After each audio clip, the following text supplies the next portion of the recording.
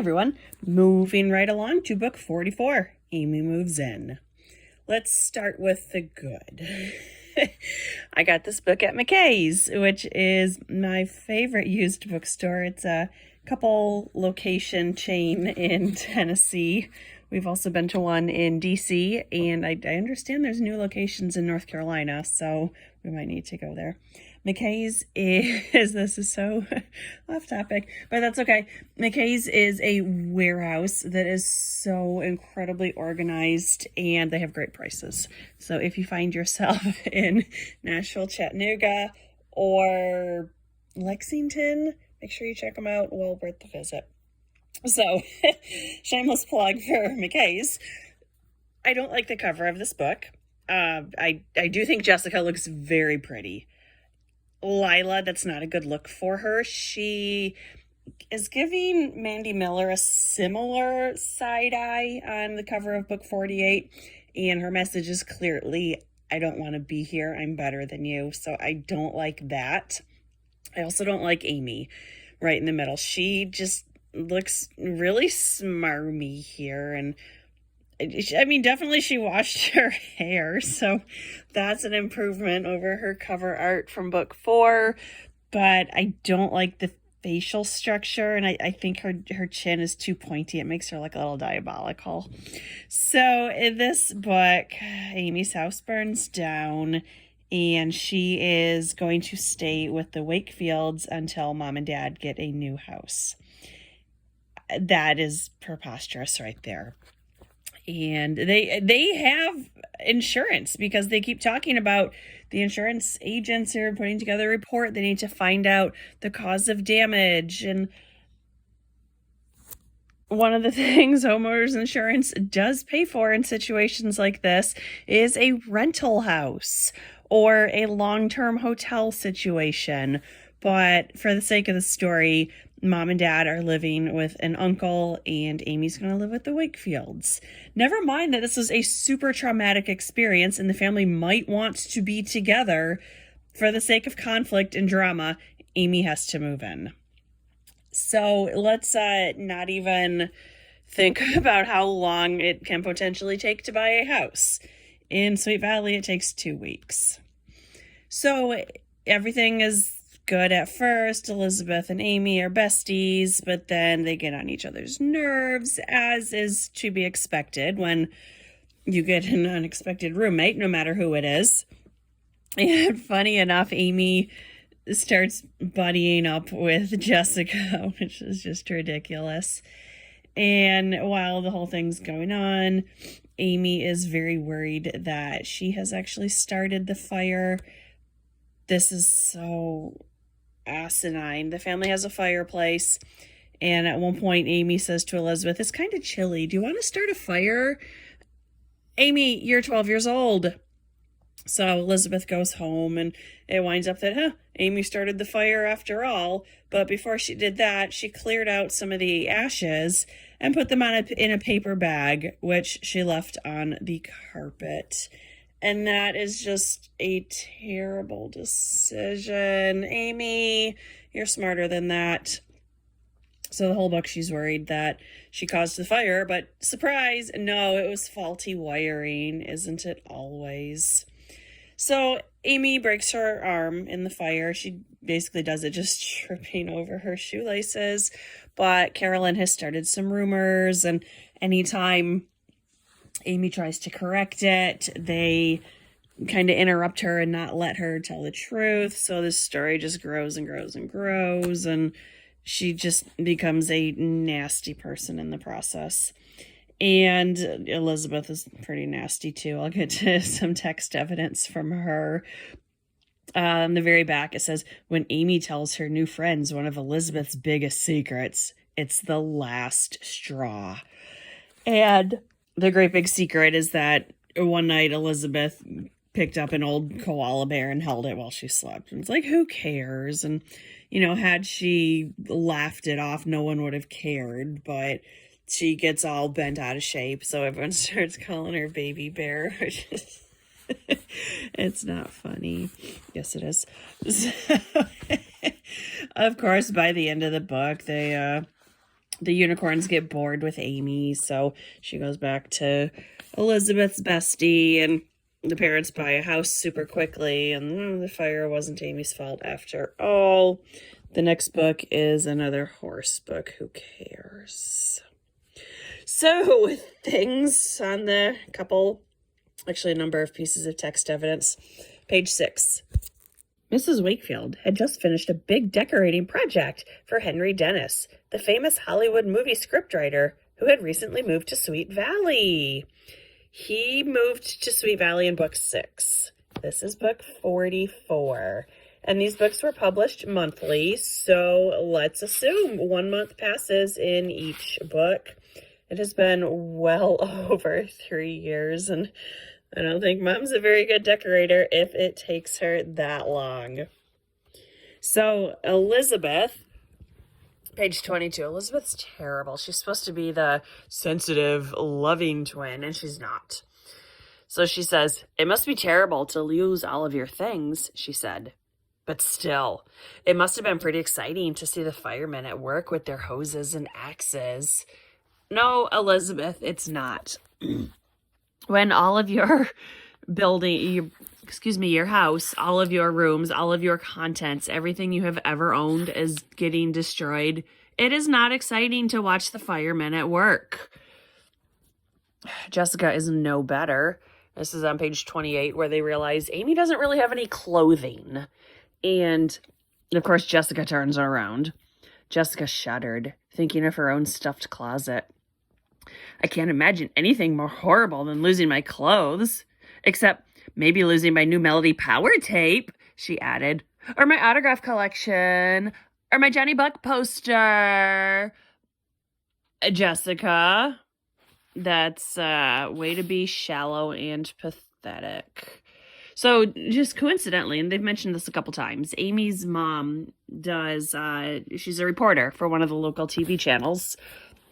Again, they do a feature on the fire, and they put up a picture of Amy, which doesn't seem very safe. Page 30. Jessica got up and flipped the channel back to Steven's music video. "Just imagine," she mused. "I know someone who's been on TV." And Jessica, it's not a good reason that Amy was on TV. You need to not be so excited about this. And then it gets worse. And of course, she turns everything. So Jessica, is the victim here. And this is on page 43. That night, for example, if Jessica hadn't come downstairs when she had, Elizabeth might very well have sent Lila and Ellen away. Then Elizabeth had suggested that they play Scrabble, a game she knew Jessica didn't enjoy. After that, Elizabeth had all but ordered Jessica to leave the room so that she and Amy could work on their science project. Jessica frowned again. All she was asking was not to be left out in the cold. And Jessica, it's not about you right now. You are not the victim in this situation. Quit being such a jerk. Speaking of jerks, the science teacher they have a new science teacher, or at least a teacher who's never been named before. And the girls had been working for a while on a science project that they had to turn in the project and take an oral quiz for a really big grade. And Elizabeth and Amy's project burnt up in the fire. And you would think that's a pretty extenuating circumstance. But the teacher just gives them the standard time that everyone else gets. They had happened to finish early, and she basically tells them to redo it. And that's pretty terrible. I mean, certainly Amy she should not be worrying about a science project at this point. She has bigger concerns. And if anything, excuse me, can't stop yawning over here. If anything, just excuse them from the project component because they're generally pretty good students. So excuse that component and just have them take the quiz.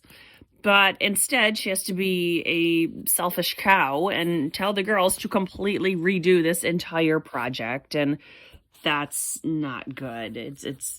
I know Sweet Valley does not have good teachers. And this is just one more example.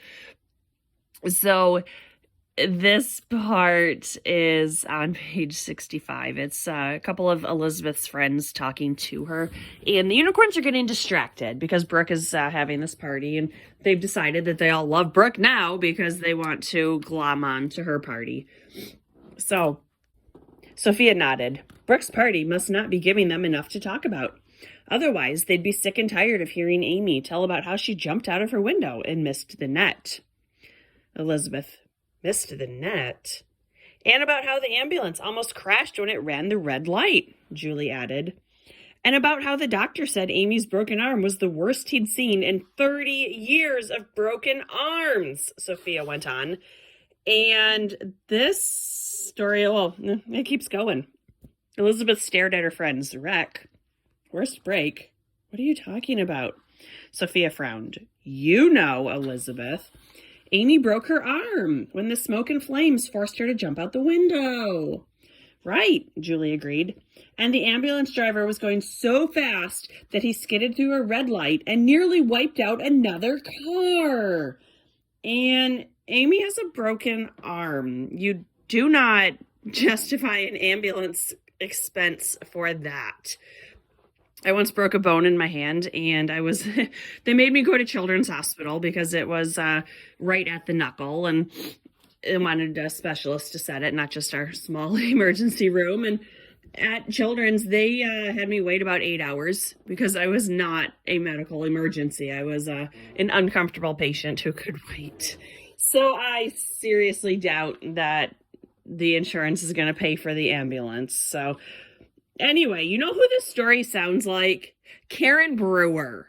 Remember in book 2, Karen's roller skates, where Karen fell when she was roller skating, but she turned it into this great big, enormous, elaborate story that it was the worst break ever. And there was an ambulance and a helicopter and fire trucks. And Amy is completely borrowing this storyline.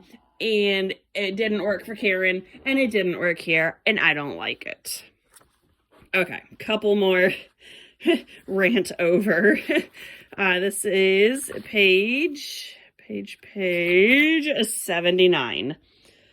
So Elizabeth has once again flipped the switch from passive aggressive to full on rage. And earlier in the book, it wasn't just Elizabeth, it was also Amy who were putting the finishing touches on their project. And now I can't stop finding that in pretty much every book. So this is the end of 79. So she's starting off passive aggressive and then going rage quitting. Thanks for the sympathy, Elizabeth answered. It's nice to have real friends. At first, Elizabeth had been terribly hurt by the boys' teasing and by Amy's betrayal about telling people about the baby bear. But as the afternoon went on, she had stopped feeling so hurt and had begun to feel very angry. Amy had done a lot of stupid things in the past few days, just as telling the unicorns a lot of lies about the fire and about how she had broken her arm. But this was the most stupid and hurtful thing of all. And this time, Elizabeth vowed, she wasn't going to make any excuses for Amy. It didn't matter that she had a broken arm or that she had lost everything in the fire.